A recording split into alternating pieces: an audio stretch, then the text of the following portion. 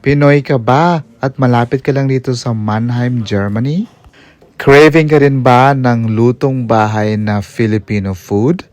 Halika na at kumain tayo dito sa Tambayan, the one and only Filipino restaurant dito sa Mannheim, Germany.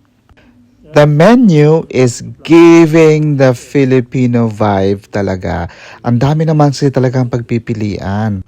From appetizers to the main dishes at sa mga drinks at desserts, marami naman talagang options at maraming Filipino food na ating pwedeng orderin at kainin at pagpilian.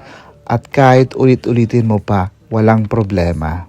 At eto na nga ang mga in-order namin. Sinigang, sisig, beef pares, special adobo, lechon kawale, at crispy Bicol Express. At guess what? Gustong gusto ng foreigner friends ko. Every bite daw talaga ang sarap. Kaya naman, pabalik at pabalik kami dito.